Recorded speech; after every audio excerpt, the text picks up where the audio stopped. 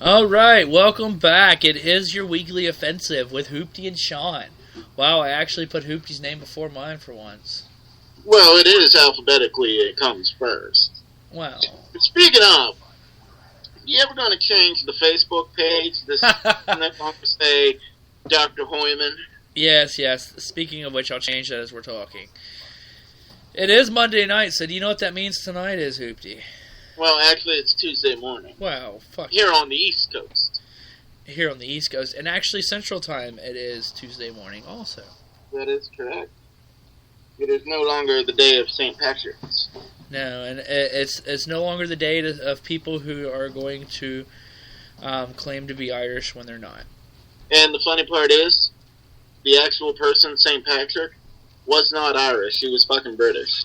Well, you know. He was sold to a Catholic church in Ireland as a slave when he was 13. Nice. But he himself was British. So take that. Right? Wow, it is not letting me change this. Oh. Hold on, I'm going to change it. But anyways, what tonight means is it is yet another spoiler alerts and recaps of the following. Which I can now say Hoopty was wrong. No, you can't. You cannot say I'm wrong. The only time that you will ever be able to say that I'm wrong is either at the end of the series or Weston dies. Until that point happens, I'm not wrong. Well, I will say I really thought that Weston was going to die tonight. Well, you did. Well, that was why, and for everybody that cannot hack my Facebook, I was telling Hoopty I was able to prove him wrong tonight because a video I was watching was depicting that Weston was going to die. So I was so excited to be like, haha, you're fucking wrong. Weston is dead. But I couldn't do it. But then again, my heart did drop tonight, ladies and gentlemen. My heart dropped, and I had to go on the commercial break, even though I have it DVR'd and I could have just fast forwarded it. I had to go look it up whenever they did. Spoiler alert, mask Weston. I was like, motherfucker, fucking Hoopty's right. Dude, so did I. Like, as soon as they did it, I was like, fuck yes! They're taking him to go! That's what I thought. And then when it came back, I saw the badges, and then I read it.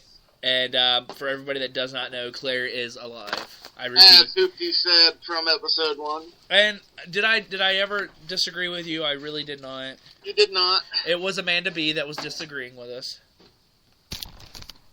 Goddamn Amanda B. Don't argue with Hoopty. Hoopty knows everything. Well, I will say, Hoopty, Saturday, are you going to be busy? Yeah, I'll be working. You get off at, what, 12?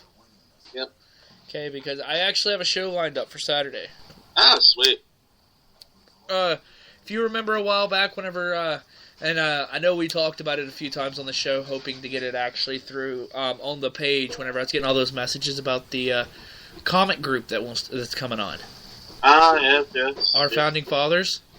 Alright. They're wanting to come on this Saturday, so... Yes, that's okay. I will see if I can hold them off until you get off of work. If not, I may have to go without you. Well, if that happens, I'll understand. That's cool. I know you would actually get a crack out of them, so...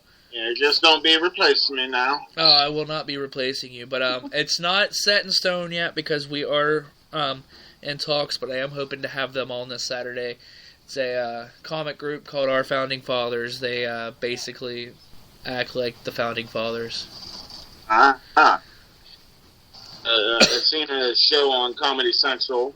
Well, I've seen it before, but today they have like a little marathon of it, about like a 2-hour block of drunk history.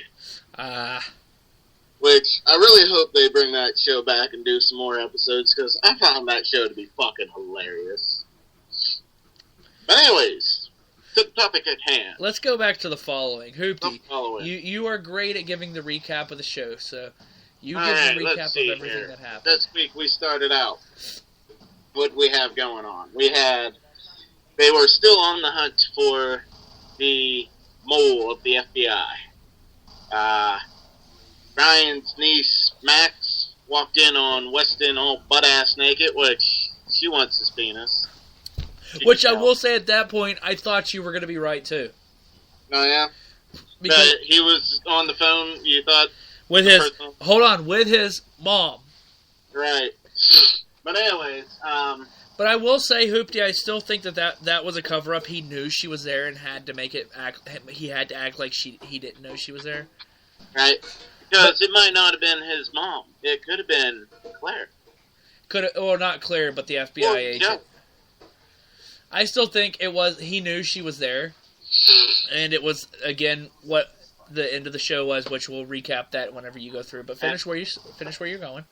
But Max comes in with a list of 2,000 some odd possible female FBI agents that could be it, but she narrowed it down to 8. And one of the 8 happened to be, I forget the bitch's name. What's it? Grace or... Yeah, something like that. Something began with a G. The chick that's been leading the investigation this time around. The one that we knew her ex-significant other was... Right, which I think I've had her, the significant other's name wrong this whole time. I don't think it was Jada. It might have been Jenna or Jenna. Jenna or Gina, one of the two. Yeah, something like that. But anyway... They suspect it's her now because they found out her access code to Joe Carroll's file was used 6 times in the past year. And I also like the line where Weston said she did her dissertation on Joe Carroll at the Academy, and Ryan said, so did you. Yes. And as soon as Weston said that, in unison with Ryan Hardy, we both said, so did you. At the exact same fucking time. Yeah, I actually did. That's right, Ryan. He did.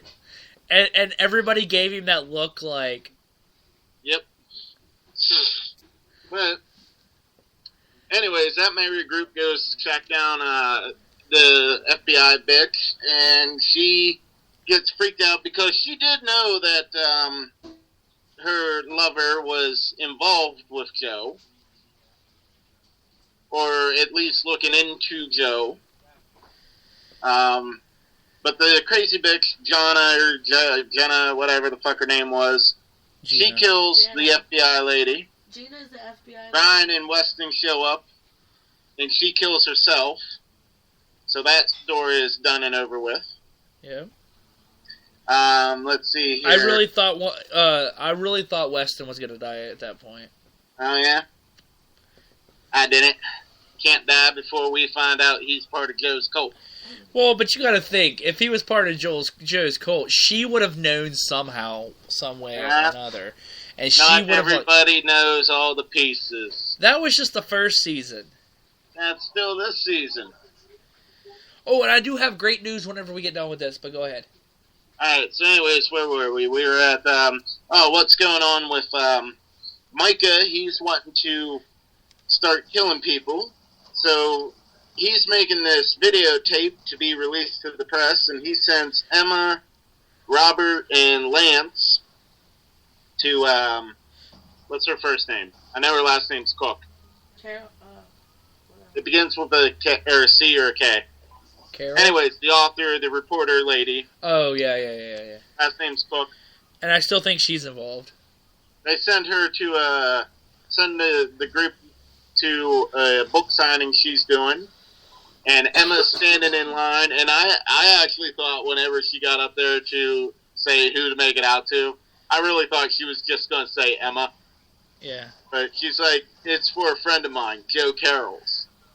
And then which I gotta say, want to pick the fucking people. She was very sexy with that black hair. Oh, fuck yeah. Emma's just sexy to begin with. Yes, that black hair just fit her so well.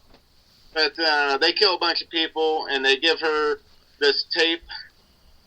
And all the while this is going on, Micah is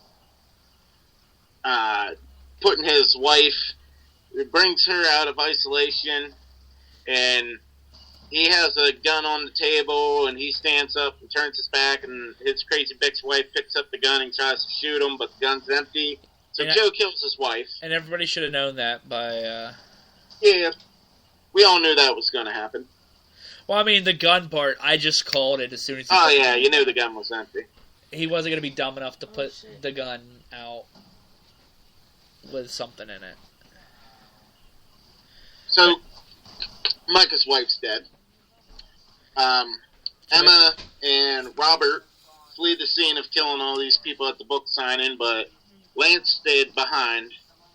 And Ryan Hardy and Weston show up to the book signing thing, and they see this Lance dude looking all fishy, and they're like, "Freeze, motherfucker."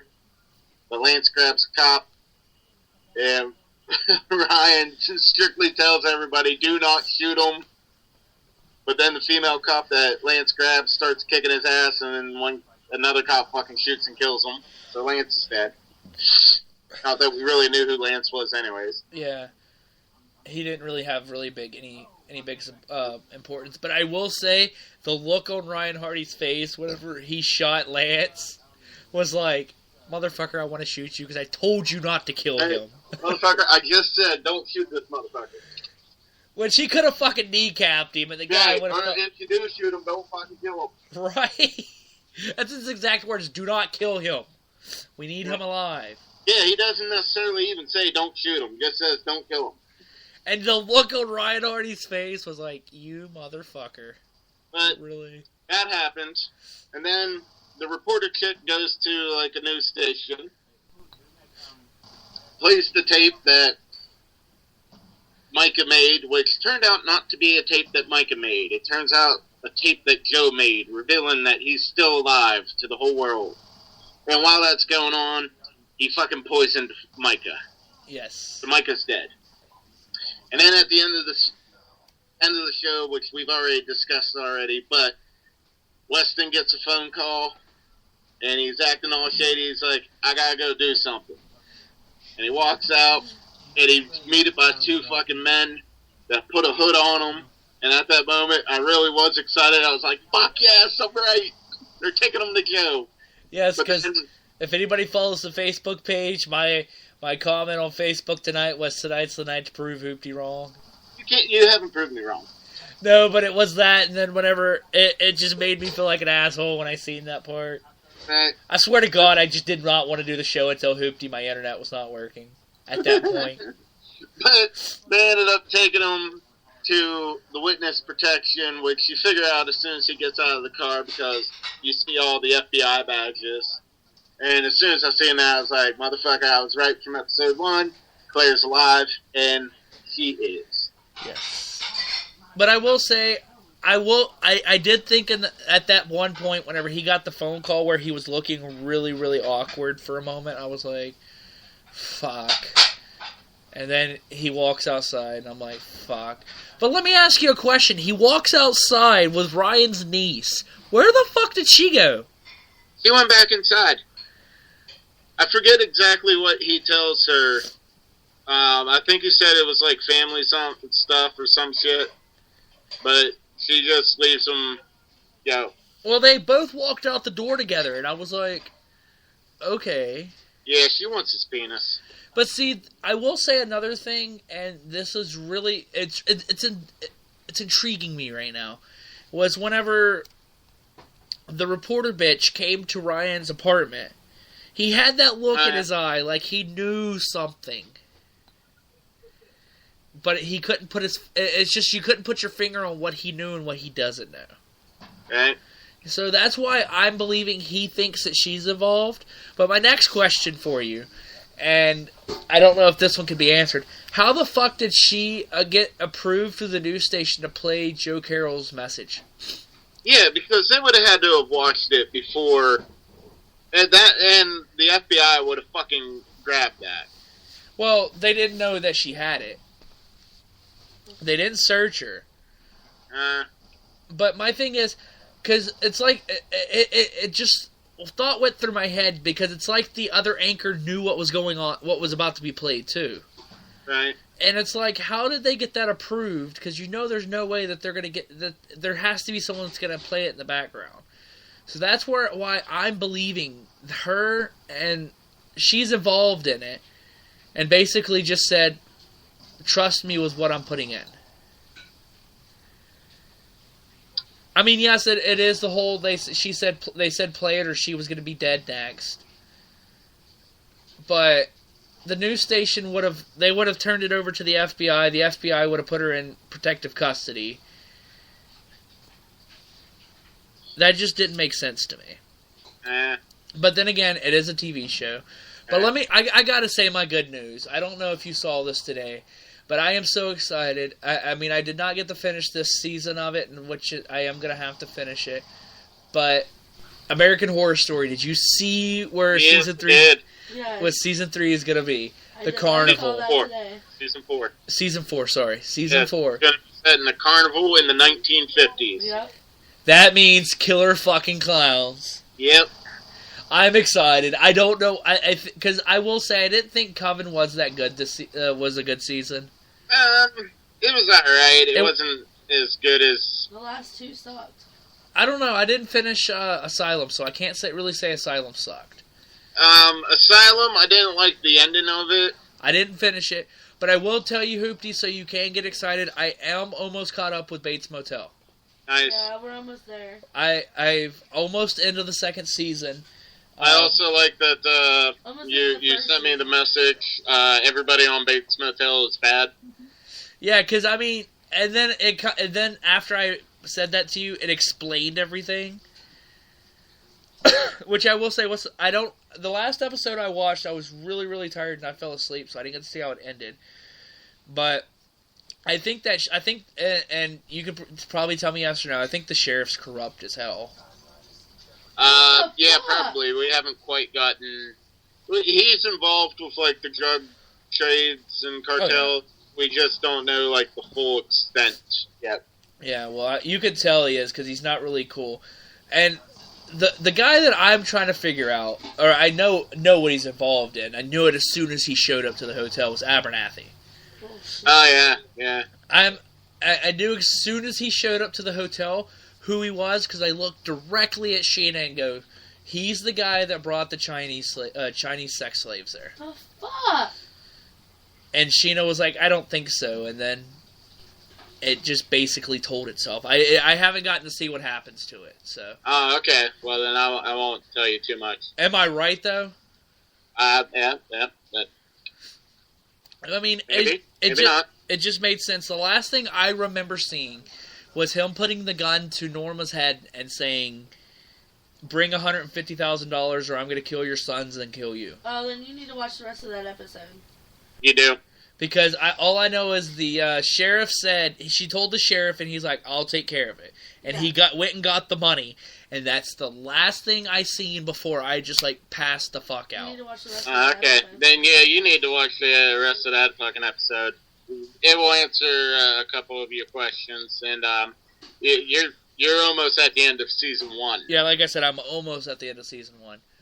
But see, I'll tell you what's funny is if you go on my DVR and you look at the episode numbers, they're so fucked up. It goes through all of season 1. Then season 2, it says like episode 10, and then the episode after that says 12, and then the one after that says 11, but they're in numerical order. It's like the date order, so I know they're right. Uh-huh. But it sucks because, like, say you just watch one episode, you have how my DVR recorded it the one day. You actually have to go into the next episode to see how the episode ended. So you're kind of like, well, I went ahead and started it. Why not finish and watch the end of this episode? And that's how I got through so many fucking episodes in one day, because I kept going, well, I already finished this episode. Well, might as well see. Yeah, and then I'm like, fuck. And then it was one of those, I was trying to make a sandwich at one point, and I'm like, yeah, DVR has pause. I hit pause, and I'm like in the kitchen as fast as I can, making a sandwich, running back out, remote in hand, jumping on the couch. And I'm like, gotta see what happens. Then I had to rewatch them because I was watching them without Sheena. So I got to see stuff that I missed. Which I will say, I kind of agree to your hypothesis, though, that you have of Bates Motel. Yeah, I don't think Norman kills his mother. I don't, but I do think he did. Well, wait until you get into, like, season 2. Well, I really don't think he does. Well, the only reason I'm saying that is because he never remembers killing his dad. That's if he even killed his dad. Maybe his fucking crazy bitch mom fucking killed him. Well, how they play it out, you know, how they show the story. Yeah. He doesn't remember doing that. I believe that's true only because of the episode whenever they killed the cop. Whenever Dylan killed the cop because they found out what the cop was doing with the slaves and all that. Right. And Norman doesn't remember any of that. That's why I can believe he actually killed his dad and does not remember it. Well, then you're in for a big... The end of season 1's pretty fucking cool, man. Just answer me a question. Yep. Is Norman fucking his mom? And not that I know of. Because they're pretty fucking close. Yeah. I mean, if I was him, I would fuck his mom. I'm sorry, his mom's kind of fucking hot. Alright. So, Sean, wow, that just says whole new things about you, man. I'm sorry, do you not get the vibe that his mom's actually hot? Well, yeah, but she's not my mother. Hey, sometimes you have to dip into the Kool-Aid to see if it tastes good, right? That's how the rich stay rich. Right? But I'm sitting here watching it, and some episodes she looks really fine, and some episodes she's like ugly as fuck. Yeah. But I will say, the only thing I hate is all the episodes I recorded to Bates Motel was when they were showing the marathon of Season 1 to bring up the next day of Season 2. So after every fucking episode, it's him singing Mr. Sandman, bring me a dream. Yeah. And it's like, it gets annoying after a while. I'm like, please tell me they at least do this in Season 2. They do. Good, because I've seen the commercial about 1,000 fucking times. Yeah, there's a reason why he's actually singing Mr. Sandman. Yeah, well, I did find it funny. I come home tonight and Sheena couldn't find the remote, so I couldn't get to the following. And the last thing my TV was on was A&E for Bates Motel.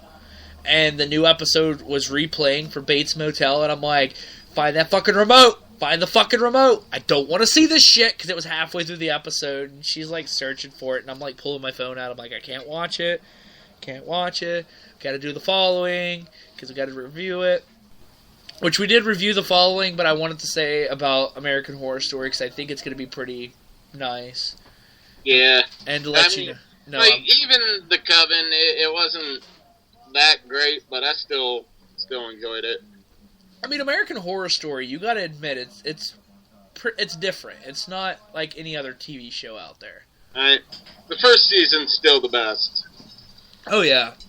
I hate how it ended, but yes. I loved how the first season ended. Compared to, like, the Asylum and Coven, I loved how the fucking first season ended. Well, see, the reason why it's hard for me to finish Asylum is because it's so out there. Right. It doesn't really have a storyline to it, in my opinion. I want to say something, but it will ruin, like, how it ends for you. Go ahead, because I probably won't even watch like, it. They never fucking explain what the fuck is going on with the aliens and what's his name? Tate. No, not Tate. Tate was his name in the first episode. Yeah, I know who you're talking about, though. Kit. Yeah. Yeah, Well, they never explain, like, why the fuck the aliens picked him. Well, see, I can tell you also, I already know who the killer is in it, and it's, what's his name? The guy that played Spock. Oh, yeah, Zachary yeah. Quinton. The doctor. Yeah, because, you know, the first couple episodes, it doesn't really explain that. Oh, then you're, like, not that fucking far into it, are you? I got up to Anne Frank, and that's where I started getting lost. Okay, yeah, you're really not that far into it. Because, like I said, every episode, it didn't follow, like, a storyline, in my opinion. It was like, oh, let's just throw something new into there. There's zombies! Holy shit, Anne Frank showed up out of nowhere. Yeah, they kind of explain with that, and, like, the zombies and shit, but The only thing they do not explain at all is the fucking aliens. Like, why the fuck did they pick Kip out of... Like, what the fuck was so special about him? Yeah. Well, I will say, I liked the first one. And this will show you how much I like the first one. I watched the whole season in one night. So did I. Yep.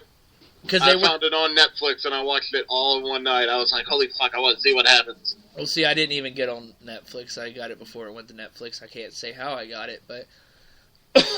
They were talking about it when I worked at Pizza Hut. They were talking about it. They're like, oh my god, all the girls were talking about it. And first I'm thinking, oh man, don't tell me this is a fucking chick flick. And so I was like, fuck it. I got it, and we started watching it. And it was one of those, I watched the first episode. We started at 9 o'clock at night. We finished at 9 o'clock the next morning. I did not even go to fucking bed. Yep, neither did I. I watched it all straight in a row. And I went to work the next day at 4 o'clock with no sleep. And they're talking about American Horror Story. And I looked at every single one of them and I said, fuck you. It was basically waiting at the very end of waiting. Fuck you, fuck you, fuck you, fuck you. And they're like, why? I'm like, because I sat and watched the whole fucking season in one day. Or 12 hours. And they're like, really? I was like, yeah, it was only 12 fucking episodes. I thought it was 15. No, it was 12. It was 12? Because I watched it from 9 o'clock at night until 9 o'clock in the morning. 12. It was 12 episodes. I still have the download, so. Huh. The second season, I think, was 15. Because they didn't think... Yeah, the second season was 15. I mean, the first one was just awesome because it took until how long for me to really know that half of them were really dead? Oh, fucking, the episode that Violet fucking took all the pills in the bathtub. Yeah. That fucking episode, I was like, that bitch is dead. Well, see, I thought she... I said she was dead, and then it was like, no, she's not. And then, no, she's not dead. And then I had to think again, wait, this house is full of dead people. Yeah, I knew that bitch was fucking dead that episode. I was like, there's no way you're taking that many, and without going to the hospital, there is no way you're fucking living. I don't care if you puke some of them up or not. You're not fucking living. Right? Well, You're see, taking that many pills. Like I said, it took a little bit for me to realize who was dead and who was alive in that show. I did like fucking, what was his name in that one? Tate. Yes. I liked his fucking character, man. That was fucking crazy fucking shit. Well, again, like it was how he ended up dying and what his whole backstory was. Yeah, well, see, it was another one of those. I didn't know he was dead until it was close to that episode where they did his backstory. Because again, it's hard to tell who was dead and who was alive in that show. I knew he was dead. Yeah, I knew he was dead. Fuck the both of you. I didn't know the daughter was dead though until... I did. I fucking knew that fucking episode she fucking OD'd. I knew that bitch was dead. I'm sorry, my favorite one was the fucking nanny. Yeah, that was pretty cool. Where she was, depending on who you were, is how she looked. Yeah. Well, we have a minute left here, Hoopty. You down for another part? Sure. Vagina. Alright, we'll be back. It takes 15 minutes for us to post this and do another one. Give us 15 minutes, we'll be right back.